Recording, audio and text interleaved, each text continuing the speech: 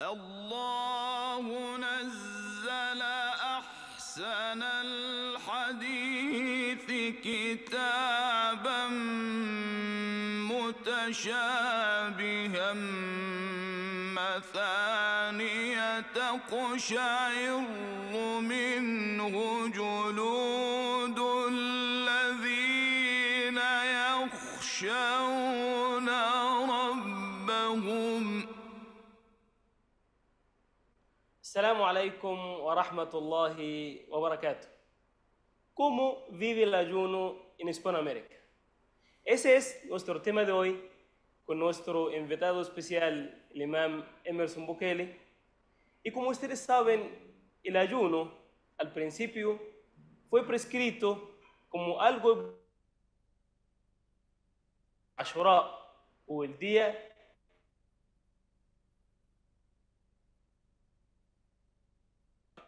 de la migración del profeta Muhammad sallallahu alaihi wasallam de Mecca a Medina. Fue prescrito el ayuno al principio, algo opcional, como que si alguien quiere ayunar está bien, si no, entonces tiene que dar a comer a un pobre por cada día de ayuno. Y después fue ya prescrito a esta forma conocida como nosotros lo vivimos hoy. Entonces, ¿cómo vive el Islam en Hispanoamérica o cómo vive el ayuno en Hispanoamérica? Eso es el tema de hoy y esto es lo que vamos a ver hoy con nuestro invitado especial, Emerson Bukele. Bienvenido, Emerson. Assalamu alaikum wa rahmatullahi wa barakatuh. Muchas gracias. Alaikum assalam wa rahmatullahi wa barakatuh. Un saludo para todos los que nos ven. Ramadán Mubarak. Como mencionado, Imam Emerson, el ayuno tiene algo histórico en el Islam. ¿Acaso en las revelaciones anteriores existía este acto de adoración? Bueno, usted sabe que el Corán dice, de que Allah dice, les he prescrito el ayuno como se lo prescribí a quienes les precedieron. Es decir, hay una evidencia coránica que dice que el ayuno no solo fue ordenado para la comunidad de Muhammad, la pasada con él, sino que fue ordenado para las comunidades anteriores. Entonces, ¿qué hacemos nosotros? Vamos y buscamos en lo que queda, porque sabemos que evidentemente no tenemos la Torá original o no tenemos el Evangelio de Jesús original, pero vamos a buscar en lo que queda de los resabios que quedan en esos libros, a ver si ahí hay pistas, si el ayuno había sido ordenado para, por ejemplo, los hijos de Israel. Y encontramos muchos versículos en la Biblia donde a los hijos de Israel se les ordenaba ayunar. Por ejemplo, en Isaías 58, Dios reclama y les habla a los hijos de Israel y les habla del ayuno que es el ayuno correcto. Y entonces Dios dice en Isaías 58, a partir del versículo 4, dice, ustedes ayunan en medio de peleas, en medio de contiendas, en medio de debates, en medio de envidias y de odio. Y este no es el ayuno que yo ordeno. El ayuno que yo ordeno es el que va acompañado de la bondad, de ayudar al necesitado, de quitar las ataduras de la injusticia, de ayudarle a la viuda, de ayudar al necesitado, de ayudar al enfermo. Entonces, lo que Dios dice en Isaías es que ese ayuno de comer y beber no era suficiente si no iba acompañado de estas cosas. Además de eso, por ejemplo, en el Éxodo, en el capítulo 34, a partir del versículo 28, se dice que Moisés ayunó 40 días en el momento que fue revelada la Torá. Entonces Moisés era un ayunante, claro, y Dios en Isaías 58 legisla sobre el ayuno, explicando o ordenando cómo debía ser el ayuno correcto. En el Nuevo Testamento, Jesús, la paz sea con él, en el capítulo 4 de Mateo, versículo 1 en adelante, se habla de que Jesús ayunó 40 días también, igual que Moisés. Y en el capítulo 6 de Mateo, del Evangelio de Mateo, Jesús legisla también sobre el ayuno y dice, ustedes ayunan para que la gente los vea. Es decir, ustedes ayunan para que la gente les aplauda y digan, estos hombres son piadosos. Ustedes cuando ayunen, lávense la cara y que la gente no sepa que están ayunando, para que tu Señor que te ve en lo secreto te recompense en público. Entonces, ¿cuál era el punto de Jesús sobre el ayuno? Era que la gente no ayunaba en realidad para Dios, para la complacencia de Allah, sino que ayunaba para ser aplaudido por la gente. Y en el Antiguo Testamento, en Isaías 58 que ayunaban, pero vivían en medio de peleas, de envidias y de preocupación. O sea, el ayuno está presente en los libros anteriores. Alguien puede decir, pero es que estos eran profetas, en el caso de Jesús y Moisés. Ellos ayunaban porque tienen una característica superior al ser humano común. Pero vemos, por ejemplo, en los Hechos de los Apóstoles, que es cuando Jesús se supone que ya había sido elevado, donde los apóstoles, o sea, los discípulos de Jesús, seguían ayunando. En el capítulo 3, a partir del versículo 12, se hablan que ellos hacían oraciones y en medio de ayunos pedían a Dios. Entonces, evidentemente, la tradición del ayuno existe claramente. Yo solo he dado algunos ejemplos porque está lleno de ejemplos en las tradiciones y en las revelaciones anteriores. Pero aquí la siguiente pregunta sería, ¿cómo era ese ayuno? Es decir, porque sí existe el ayuno. Hablando sobre la legislación, la manera del ayuno, ¿acaso era igual, por ejemplo, de abstenerse de comer y beber desde la alba hasta el ocaso, hasta como el ayuno musulmán que conocido ahorita? Esa es una pregunta interesante y es para mí la siguiente pregunta. Porque nosotros sabemos que la creencia es única y similar desde que Allah subhanahu wa ta'ala creó a Adán hasta el último día. Pero en la legislación, Allah subhanahu wa ta'ala nos enseñó en el Corán que hay una manera de diferencias en la legislación. No era única la legislación para todos los seres humanos. Sí, bueno, en realidad la diferencia básica del ayuno entre el ayuno islámico y el ayuno anterior es que ellos, por ejemplo, no tenían 30 días de ayuno. Es decir, no tenían como el mes de Ramadán el número de días.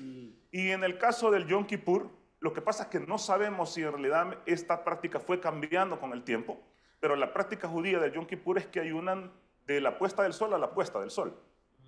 Es decir, digamos, de puesta a sol a 24 puesta, horas. 24 horas solamente el día del perdón de Yom Kippur. Y tienen otros ayunos como el ayuno de los primogénitos antes de celebrar el Pesaj de la Pascua, etcétera, etcétera, etcétera. Pero sí era una abstinencia de relaciones íntimas, de beber y de comer. De hecho, etimológicamente en hebreo la palabra sum, que se parece a suan en árabe, viene de sufrimiento y después eso fue cambiando a taparte la boca. Entonces, evidentemente, no se podía comer y no se podía beber. Ahora, las tradiciones cristianas, por ejemplo, han inventado, porque eso verdaderamente es un invento, no es algo que encontramos en la legislación, un tipo de ayuno que restringe algunos alimentos. Por ejemplo, dicen, no, nosotros hacemos ayuno vegetariano, entonces no comemos carne. Exacto, no comen almas. Ajá, por ejemplo, en Latinoamérica, ahorita estamos coincidentemente con lo que se conoce como la Cuaresma, que es lo que precede a la Semana Santa o durante sucede la Semana Santa, y entonces hay gente que dice, yo no como carne roja. Exacto. Es decir, Dice que estoy ayunando. y dice que está ayunando. Entonces, otros que dicen, no, yo en Ramadán no tomo licor. ¿Ah? Yo en Ramadán dejo de comer chocolate. Entonces, hace poco hablaba yo con un líder católico y él me decía, no, cada quien se arregla como puede. Es decir, cada quien se pone la restricción que quiere. O sea, que alguien puede decir, bueno, yo en Semana Santa no ando en bicicleta, porque a mí me gusta andar en bicicleta, pero voy a hacer ayuno de voy a hacer ayuno de bicicleta. Sí, Entonces, esta práctica del ayuno no es el ayuno ordenado en los libros sagrados. No es el ayuno que practicaba Jesús, no es el ayuno que practicaba Moisés, y no es el ayuno que practicaba el profeta Muhammad, la paz sea con él, y sus discípulos. Entonces, en realidad, los que seguimos correctamente el ayuno, tal como Alá lo ha revelado, somos los musulmanes, los únicos en el mundo.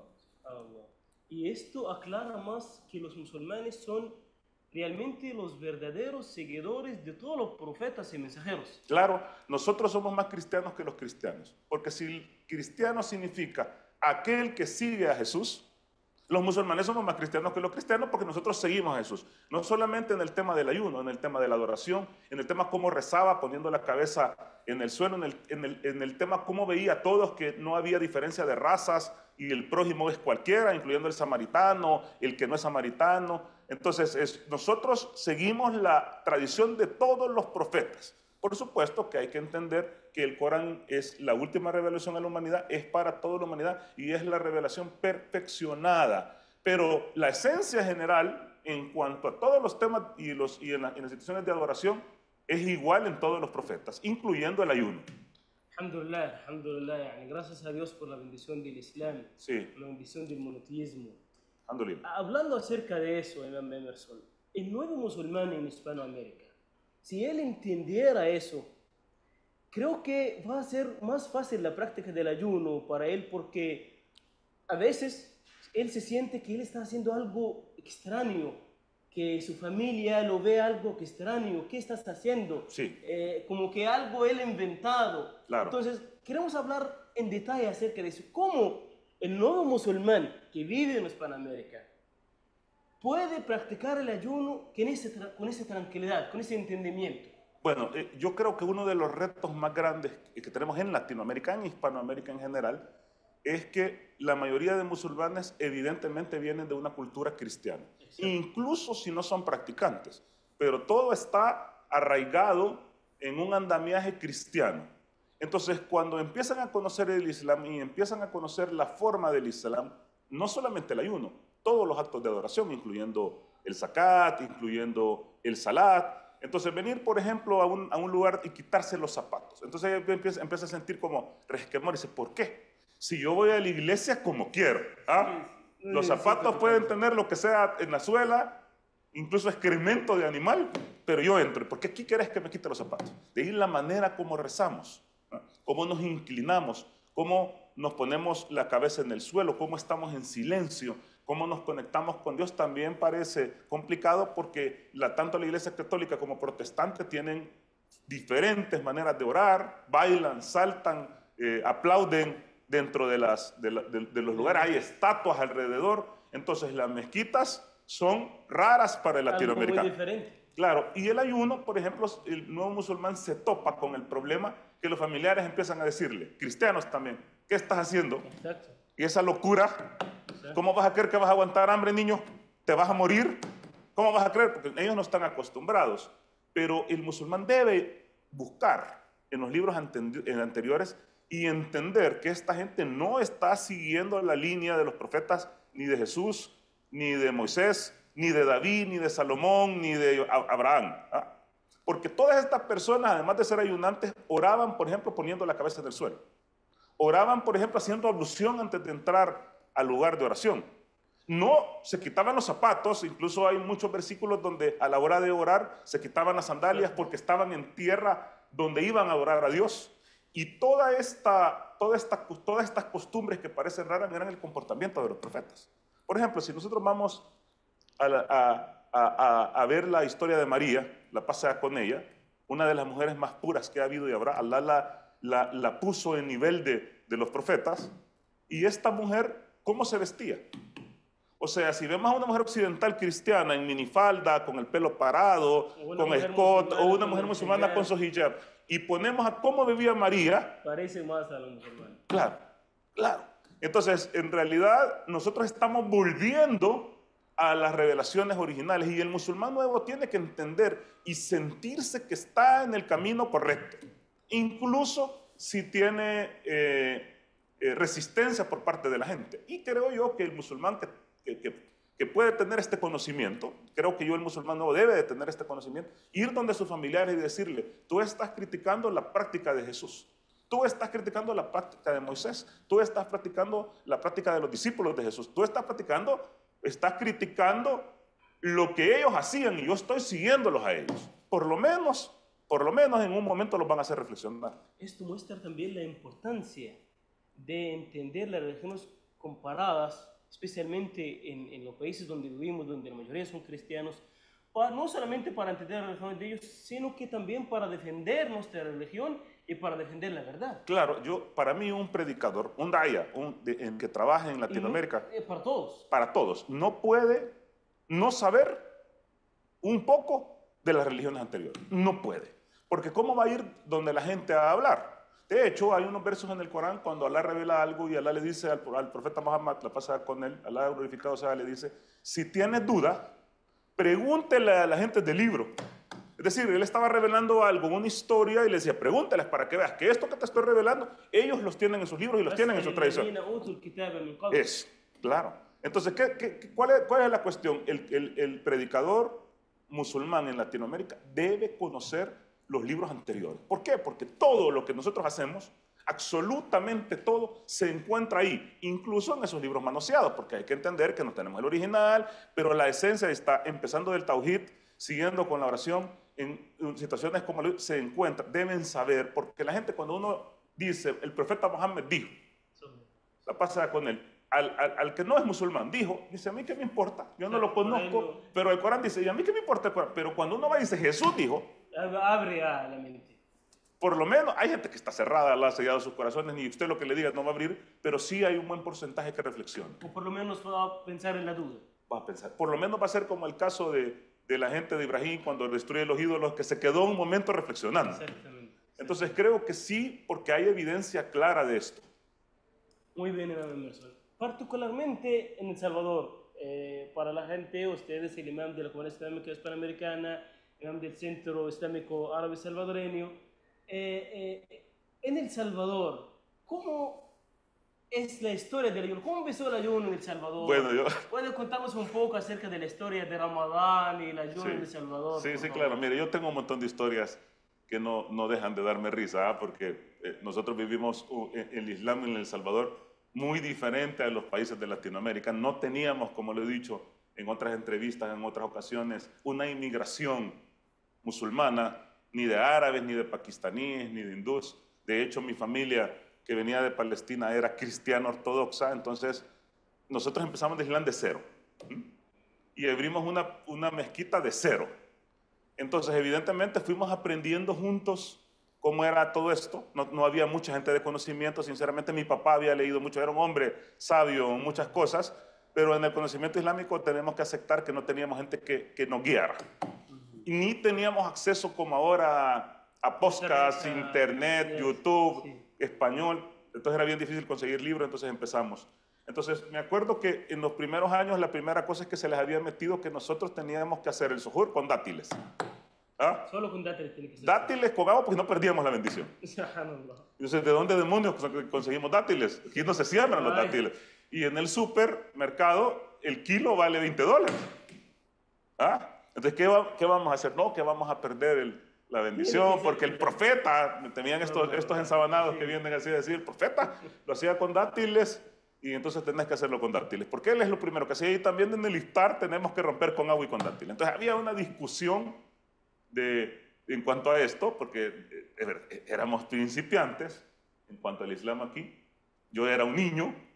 Y me acuerdo que esa era una de las cosas que se discutían hasta que al final llegamos a la conclusión que podíamos romperlos con pupusas, que es la comida típica de El Salvador, y no había ningún problema. La otra cuestión era que había gente que entendía que el ayuno era, si tengo mucha sed, me puedo tomar un fresquito. No hay problema de tomar un fresquito. Me puedo tomar un fresquito, puedo tomar un trago de agua. Sí,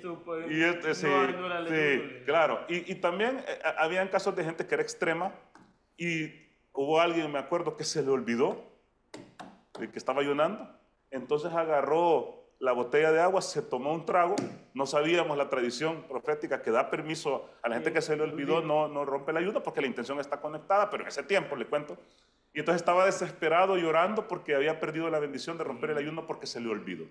Habían cosas como no te puedes lavar los dientes porque puede entrar un poquito de agua, si abre los dientes, etcétera, etcétera, etcétera. Todo lo relacionado con el fiqh del ayuno, con la jurisprudencia general del ayuno, era complicado para nosotros. Pero a la vez nos fue dando crecimiento porque evidentemente la gente estaba preocupada y eso demostraba que algunas de las personas sí querían hacer las cosas bien. Y entonces esto fue uno de los principales problemas. La otra cuestión evidentemente era el rechazo de los familiares. Habían algunos musulmanes jóvenes y los papás estaban molestos porque nosotros estábamos obligando a la gente a no comer.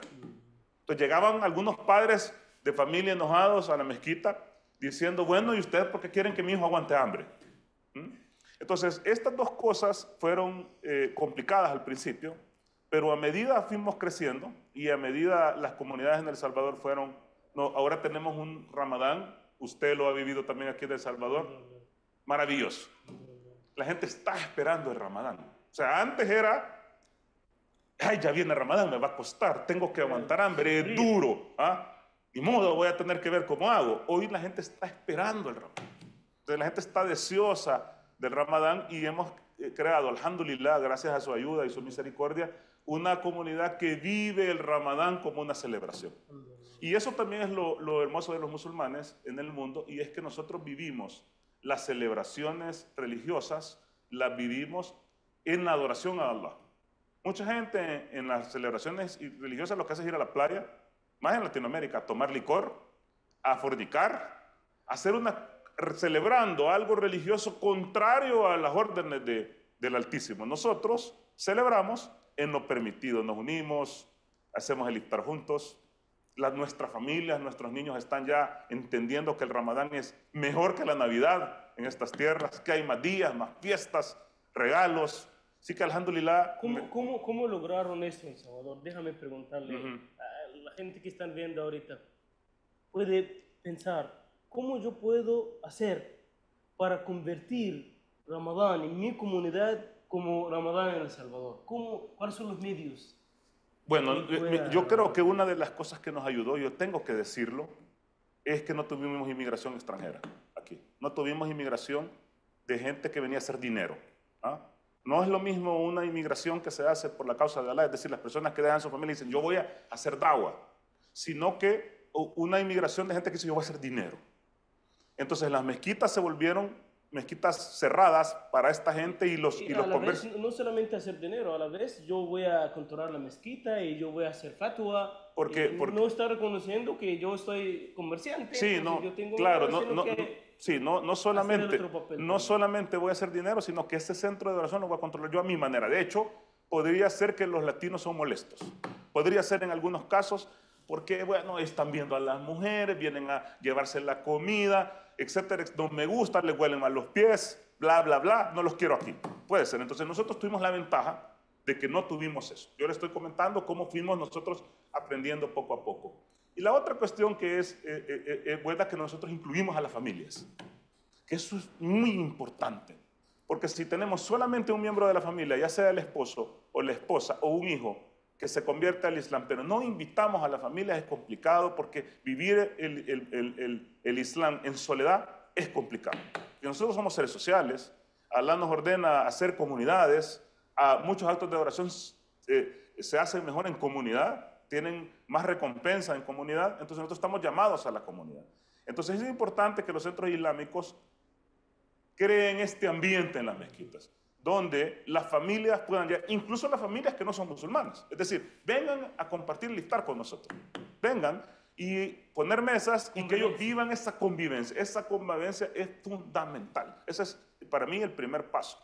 La convivencia con las familias. Evidentemente ahí hay mujeres que conocen hombres, se casan, tienen hijos y así es donde se va desarrollando. Y la otra cosa es que nosotros, el siguiente paso, yo siempre lo digo, si puedo hacer 5 pasos para que el Islam crezca en Latinoamérica, si pudiéramos hacer un folleto, la siguiente cosa es tratar de generar algo educativo dentro de las mezquitas para los niños, especialmente porque hacemos mucho énfasis en la educación para los adultos, ya sea clases online o charlas en la mezquita, pero muy pocos centros islámicos en Latinoamérica hacen énfasis en los niños. Y para mí este es el futuro, los niños.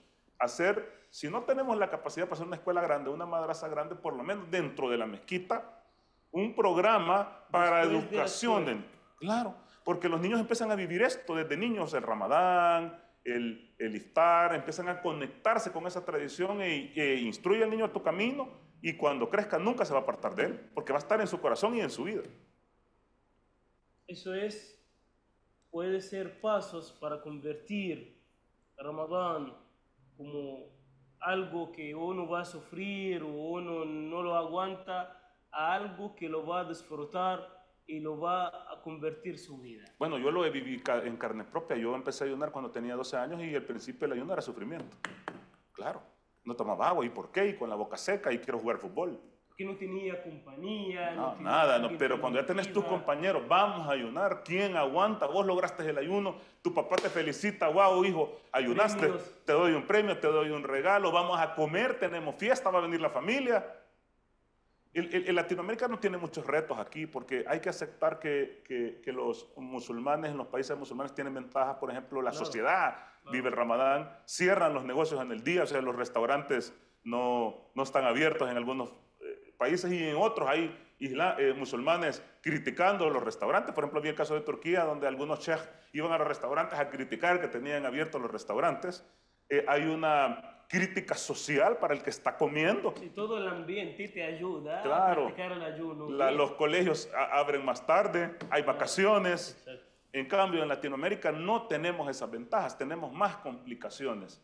Pero nosotros tenemos que emular a que nosotros somos una comunidad naciente, como la comunidad naciente en el tiempo del profeta Muhammad. También en la comunidad naciente, el tiempo del profeta Muhammad, la pasada con él, sintió esto de rechazo de la sociedad, que eran diferentes a los demás, que eran alienados, que sus prácticas iban en contra de lo que era común. Y que esos fueron una comunidad bendecida, la mejor comunidad que se ha levantado. Entonces nosotros tenemos la oportunidad de emular, de copiar a estos compañeros del profeta, la pasada con él, y vivir como ellos vivieron esa diferencia, con más ventajas todavía, pues no nos quieren matar por eso, pero con más ventajas. Y nosotros debemos vivir esto y sentir que todas estas dificultades, lo único que se va a lograr es tener más recompensa. Muy bien, esta es la parte social, pero queremos hablar un poco, con más detalles, sobre la parte espiritual. Sí. Pero esto, inshallah, lo vamos a tomarlo después de esta pausa, inshallah. Muchas gracias por estar con nosotros y, inshallah, tomamos esta pausa y regresamos. Assalamu alaikum wa rahmatullahi wa barakatuh.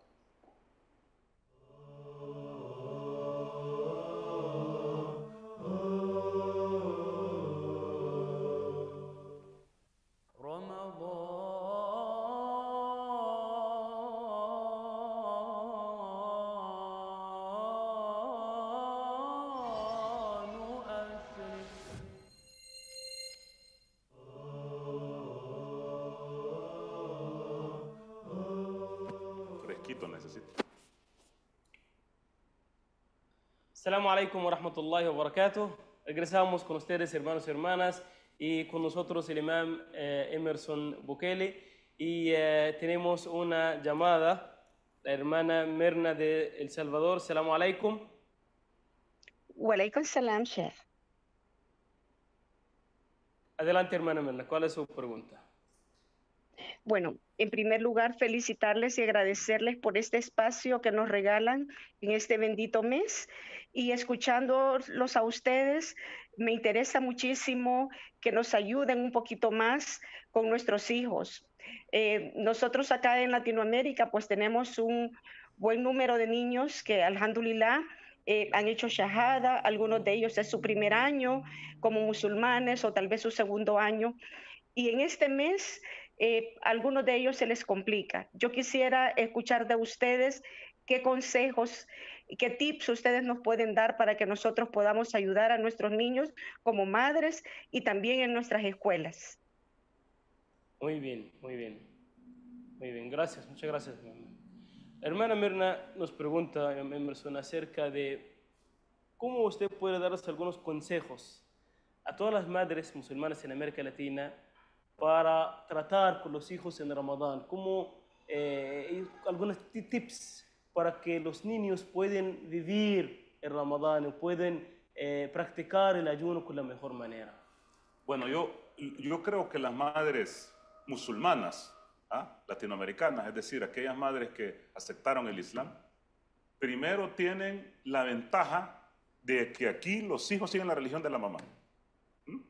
A diferencia de otros países donde hay más patriarcado, digamos, y sí, que los hijos siguen la religión del papá, los hijos siguen aquí la religión de la mamá. De hecho, tenemos muchos casos de padres musulmanes aquí en Latinoamérica que su esposa no es musulmana y los hijos van a la iglesia. Entonces, si la madre es musulmana y tiene hijos musulmanes, los niños la van a seguir a ella en la religión, por lo menos ahorita, en este tiempo. Entonces, ella tiene esa ventaja. La segunda cosa es que en general, en la gran generalidad, los niños tienen bondad y fe automática en el corazón. Nata. Innata, vienen desde el nacimiento. Los padres con educación son los que cambian eso. Entonces los niños tienden a entender las cosas cuando uno le llama. Y cuando la madre le explica toda la envergadura del ayuno, por ejemplo, decir, mira, hay niños que no tienen para comer. Nosotros tenemos que vivir eso para acompañarlos en su sufrimiento. Y eso tiene que despertar la bondad para que vos ayudes. Es algo que va a quedar en su corazón marcado. Segundo, que el niño aprenda a que hay órdenes que el padre da que él no entiende, pero son un bien para él. O sea, el niño no entiende que no tiene que comer mucho chocolate. El niño no entiende que no tiene que salir a la calle sin permiso. El niño no entiende por qué lo acostamos temprano, por qué tiene que ir a la escuela temprano, por qué le ponemos una inyección que le duele. Entonces el niño tiene que aprender que hay órdenes que le da su padre o su madre que los quiere porque es el bien para ellos. Y que Alá ordena cosas porque Él es más cariñoso que una madre con su hijo a sus criaturas porque es un bien para ellos. Entonces hay que entender que el ayuno es un bien para ellos. La tercera cosa es que los niños tienen que sentir en Ramadán un ambiente de fiesta. Es decir, el niño tiene que anhelar el Ramadán. Esperar. Claro, porque voy a tener comida rica, porque voy a tener juguetes, porque voy a tener regalos, porque voy a tener a mi familia cerca. El niño tiene que asociar esta cuestión con el Ramadán. Por ejemplo, Sí. quiero contar una cosa así rapidita. Es que yo viví aquí la guerra. En El Salvador hubo una guerra fuerte, por lo menos una década aproximadamente, entre el 80 y el 90. Entonces yo viví la famosa ofensiva guerrillera a la capital. Entonces los de la guerrilla, del Frente Farabundo Martí y de otras organizaciones contra el gobierno, invadieron la capital. Entonces en ese tiempo la guerra se daba en las montañas, afuera de la capital. Entonces la gente de la capital casi no vivía la guerra. Pero en este ambiente hicieron una invasión a la capital. Entonces hicieron una invasión en la capital y avanzaron y habían aviones y yo era un niño de 6 años. Entonces lo que pasó fue que nos llevaron a una casa donde se reunió toda la familia. Porque estábamos en un lugar, se supone seguro, un poco lejos de donde estaba sucediendo la ofensiva y esos son uno de los momentos más felices de mi vida. Porque la pasábamos bien con los primos, porque comíamos rico, porque veíamos el avión disparando, las luces en el cielo.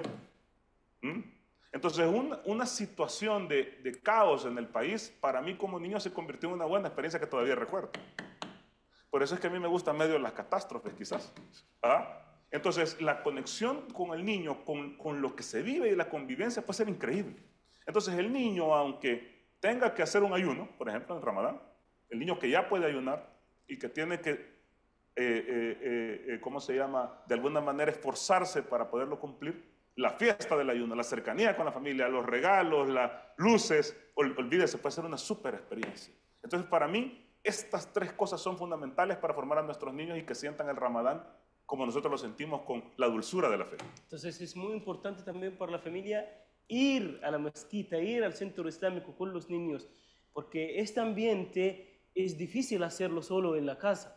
Entonces es muy importante que ellos van a las mezquitas para vivir este ambiente que es muy difícil hacerlo solo. Claro, bueno, sí, y para eso primero hay que crear el ambiente en la mezquita y los dirigentes de cada mezquita tienen que entender, los que están comprometidos con el Dawa en Latinoamérica, tienen que comprender que la infraestructura de la mezquita tiene que estar abierta y tiene que ser idónea para que la gente pueda vivir esto que le estoy diciendo. Muy bien, Emerson. Emerson, en Ramadán, muchos hermanos, muchos mashayikh hablaron acerca de la parte de legislación, las reglas del fiqh del ayuno y todo eso. Queremos hablar un poco, y usted nos habló acerca de la parte histórico y también social. Queremos hablar sobre la parte espiritual. ¿Cómo el ayuno para el nuevo musulmán puede ser un puente hacia la fe? Bueno, hay una clave que yo reflexioné mucho cuando Alá dice en el Corán que Él ha prescrito el ayuno para que alcancemos la piedad. Es decir, yo decía, entonces el ayuno nos va a llevar a la piedad automáticamente. Reflexioné en esto y entendí que un hombre piadoso o una persona piadosa, mujer o hombre, necesita ayunar para alcanzar la piedad. Es decir, no se puede alcanzar el taqwa. No me gusta solamente la palabra piedad en español porque es limitada, pero la piedad, el temor devocional hacia Dios, el amor hacia Dios, esto no se logra sino solamente el que ayuna. Es decir, la característica del muttaqín, del que tiene taqwa, debe de tener dentro de sus características el ayuno. ¿Cuál es la relación entre el ayuno y taqwa? Ok. Quiere decir, solo quiero terminar la idea, quiere decir que una persona no puede ser piadosa si no ayuna, pero no significa que una persona que ayuna ya es ya es piadosa. O sea, dentro de las características del hombre piadoso tiene que ser el ayuno. Pero no es la única para lograr la taqwa, porque hay gente que ayuna que no es piadosa. Ahora, la cuestión es, ¿por qué? ¿Por qué el ayuno nos lleva hacia la piedad? ¿Por qué el ayuno nos lleva hacia el temor devocional? Una de las cosas fundamentales del ayuno es que el ayuno es el único acto de adoración que es sincero. Es decir, porque uno puede fingir que está ayunando. Es decir, si yo vengo y quiero que la gente me aplauda porque ayuno y no me importa la complacencia de Dios, yo voy a venir y le voy a decir, como dice Jesús, ay, es que estoy ayunando, y no estoy ayunando. Entonces el ayuno es algo que yo solamente lo sé, que lo estoy haciendo porque en una escondida puedo tomar agua, y estoy bien, estoy ayunando, y al no permitirme que entre alimento ni bebida y abstenerme de las relaciones sexuales, estoy haciendo un acto que es, para mí, el más sincero de todos, en el acto mismo de hacer. Porque la oración puede ser para que me vean también. El zakat puede ser para que me vean también. Pero el ayuno, solamente yo sé que estoy ayudando y Allah. La otra cosa es que el ayuno necesita algo que es fundamental para la piedad, que es el poder y el controlarse a uno mismo. Es decir, un hombre no puede ser piadoso si no puede controlarse a sí mismo, si no puede controlar sus deseos. Porque recordemos que muchos mandamientos que Alá nos ha dado están relacionados con el deseo. Es decir, yo tengo el deseo hacia las mujeres, por ejemplo, o la mujer hacia los hombres, y yo tengo que abstenerme si no es halal. Puedo tener una inclinación hacia el dinero, independientemente cómo lo consiga. Entonces el ayuno entrena al hombre para poderse controlar a sí mismo y para poder controlar sus deseos. Y es extremo porque nosotros nos inhibimos o nos detenemos a hacer lo permitido. Es decir, venimos y la comida es permitida en otros momentos, las relaciones con la esposa o con el esposo son permitidos en otros momentos, en la bebida es inevitable, no podemos dejar de tomar agua mucho tiempo, sin embargo, nos abstenemos para controlarlo. Y este aspecto del autocontrol es necesario para el hombre piadoso, pero también es necesario para el hombre piadoso la bondad. O sea, un hombre piadoso no puede no ser bondadoso. Una persona piadosa debe de tener bondad y debe de tener conciencia de la necesidad de los demás. Y el ayuno, si se vive bien, automáticamente despierta esa bondad, incluso con las personas que tienen dinero. Es decir, una persona que nace en una familia rica, no vivió el hambre, si no es solo en el ayuno. Exacto. Entonces el ayuno me dice, yo estoy aguantando, tengo sed, pobrecita esta gente que no sabe cuándo va a comer. Yo puedo esperar al Maghrib, sé que voy a hacer el iftar, sé que voy a comer, hasta ya sé el menú. Hasta le digo, mira, quítame eso y haceme esto. Pero ¿y la gente que no tiene para comer? Entonces, indiscutiblemente, viene la tercera cuestión, que el hombre piadoso debe ser bondadoso y el Ramadán, el ayuno, despierta la bondad. El que lo hace bien, porque hay ayunantes que se hacen más cerrados y todo. Entonces, la otra cuestión es que el ayuno nos enseña el valor de la comunidad y el valor de la familia. Son cosas que también un hombre piadoso no puede ser indiferente con su familia e indiferente con su comunidad. Debe ser bueno con su familia y debe acercarse a la comunidad. Y en los momentos del ayuno, por lo menos en el ayuno islámico, la comunidad se vive mejor. De hecho, las mezquitas están vivas en Ramadán. Muchas mezquitas que pasan medio dormidas todo el año despiertan en Ramadán. Entonces, para mí, el ayuno encierra todas estas características que son importantes para el hombre piadoso. También el obedecer a Allah. El hombre piadoso obedece a Allah ciegamente. Si Allah ordena algo y yo no sé por qué, más, por ejemplo, yo soy un hombre que me gusta saber por qué, pero eso no quiere decir que si no sé, no lo voy a hacer. Entonces el hombre piadoso viene y obedece. Allah le dice, deja de comer y beber. Así es. Ahora, ya sabemos un montón de beneficios científicos del ayuno, biológicos del ayuno y médicos del ayuno, pero eso lo sabemos recientemente. Pero el hombre de la antigüedad que Allah le decía, deja de comer y beber, podía decir, ¿por qué? ¿Por qué? Como el niño que te voy a poner la inyección. ¿Y por qué me la vas a poner? ¿Por qué va a hacer que me duela? Entonces, hoy sabemos, pero el hombre piadoso debe obedecer ciegamente a Allah. Allah le obedece y por él, por amor, el amor es parte de la piedad, el temor es parte de piedad, obedecer es parte de la piedad. Entonces, si yo obedezco, este acto de adoración para mí incrementa la piedad. Creo yo que el Ramadán ayuda muchísimo a alcanzar esto. Esto es algo muy importante, Emerson. El tema de sami'na wa ata'na. Escuchamos y obedecemos. Sí. Ya, esto puede ser una enseñanza del ayuno, que podemos acompañar todos los actos de adoración con este acto, con este sentido. Sami'na wa ata'na. Aunque, como usted dijo, no sé la sabiduría atrás de la orden, o no sé por qué, pero yo lo voy a hacer por obedecer a Allah subhanahu wa ta'ala. Esto, por ejemplo, el velo para las hermanas, que muchas hermanas ahorita, en América Latina es difícil, el salah para algunos, el trabajo, la gente me va a ver. ¿Cómo podemos acompañar esto y no olvidar esto? Solamente, voy a hacerlo en Ramadán, pero cuando termina Ramadán, el resto de la vida, ya olvido esto. Olvido, escuchamos y obedecemos. ¿Cómo podemos acompañar este sentido, este acto de adoración en toda la vida con nosotros? Bueno, lo que yo pienso es que uno tiene que tener certeza absoluta, porque antes de empezar a obedecer viene primero la fe. Es decir, nosotros cuando nos hacemos musulmanes, cuando en América Latina se hace el shahada, y nosotros el primer acto que hacemos es atestiguar que no existe más Dios que Allah, más divinidad que Allah, alabado sea, y que Muhammad, la paz sea con él, es su mensajero. Eso es el primer paso. Uno viene y lo hace. Si yo estoy diciendo que el único ser necesario es Dios, que el único ser sabio, todopoderoso es Dios, que el único ser omnipotente es Dios, que el único ser súper misericordioso es Allah, sé que lo que Él me va a ordenar es bueno para mí. Yo tengo que tener esta certeza. Si Él me ordena que me tire en un precipicio, no lo hace, pero si me tira en un precipicio, yo sé que eso es bueno para mí. Entonces, esta certeza de que lo que Allah me está ordenando es bueno para mí, y Él ha querido que lo que nos ordena sea bueno para el hombre, y esa es su infinita misericordia. Porque Allah dice, este hombre no se da cuenta que no necesito de Él. O sea, yo no le estoy diciendo ayunar porque eso es un beneficio para mí. Le estoy diciendo que haga esto porque es un beneficio para Él, un beneficio en todos los sentidos. Entonces, tener la certeza absoluta que lo que Allah me ordena es bueno para mí es lo primero.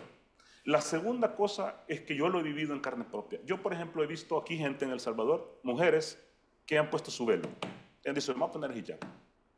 Y dicen, es difícil para mí, porque yo soy bonita, mi pelo es hermoso. Me chulean mi pelo en la calle. ¿Para qué lo voy a cubrir?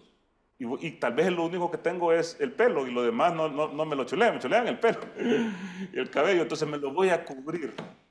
Y entonces viene y dice, voy a ponerme hijab, ni modo, lo voy a hacer por complacencia de Allah. Voy a quitarme esto que siento. Y resulta que la chulean más con el hijab. Allah. O sea, va a los almacenes y le abren la puerta y pase adelante, como que viene la reina de Saba. ¿Entiendes? Entonces Allah, cuando tú le das algo a Allah por su complacencia, Allah te va a dar algo mejor y te va a dar otra. Pues, bueno, a mí me pasó cuando yo hice el Hajj en el 2018, fui al Hajj, fuimos, usted fue también en otro programa, pero ahí andábamos, usted perdido, yo en mi lugar. Pero lo que quiero decir es que cuando ¿cómo se llama? Habíamos salido de Muzdalifa, y entonces el siguiente día había que raparse la cabeza. Sí. Entonces yo dije, ay, raparme la cabeza. Nunca me la he rapado, y yo mi cabellera hermosa. Entonces, ¿qué voy a hacer? Sí. Y entonces dije, no, me voy a cortar solo un mechón.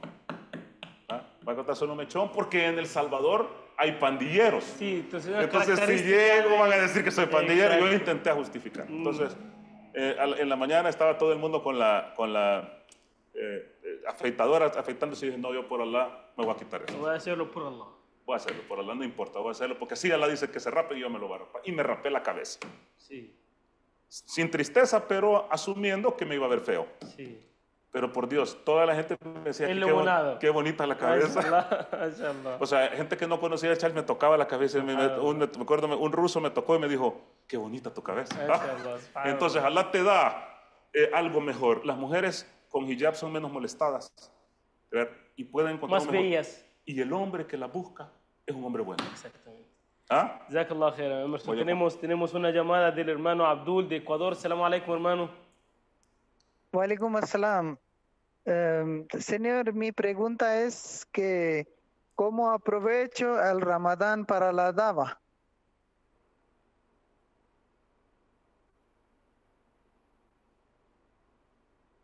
De acuerdo, hermano. Tenemos otra llamada del hermano Guillermo de El Salvador. Salam alaikum, hermano. Walaikum salam, hermanos. Tal Pues, vez no lo conozco. más que una Adelante. pregunta, la verdad, me gustaría agradecer el trabajo enorme que están haciendo por la difusión del Islam. Y estos espacios son muy importantes.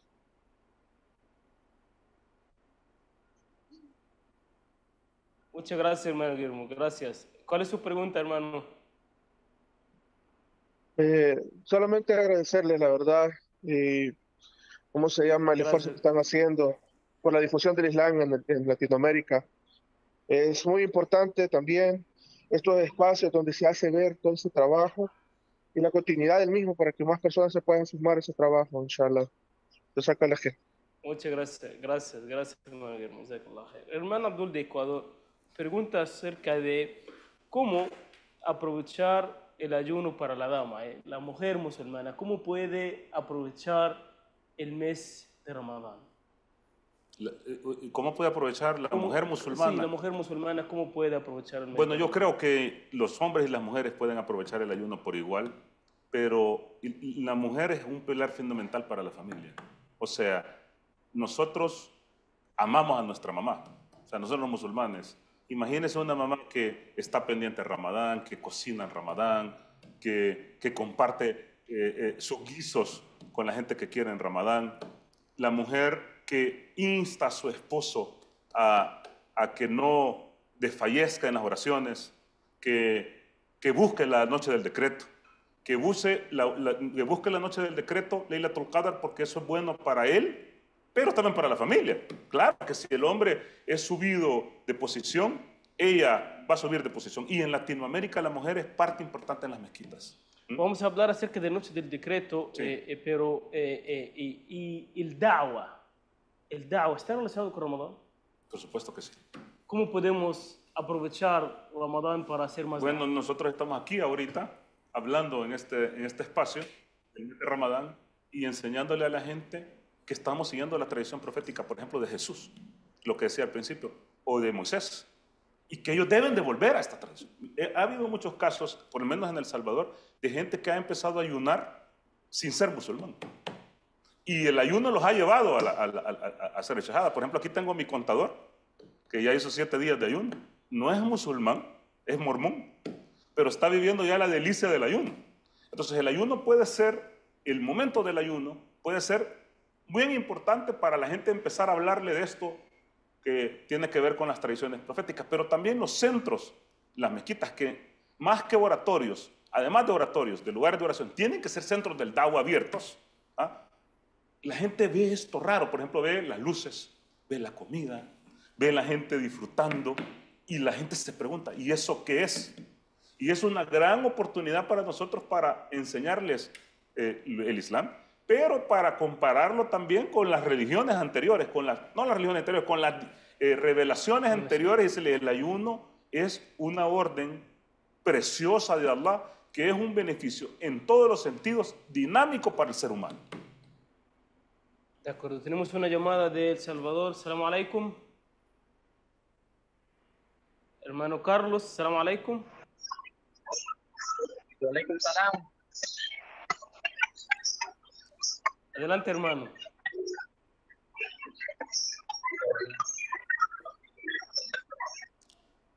Salam alaikum.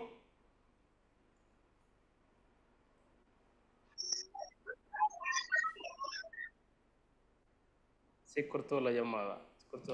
Hablamos acerca de la noche del decreto, Imam Emerson. Sí.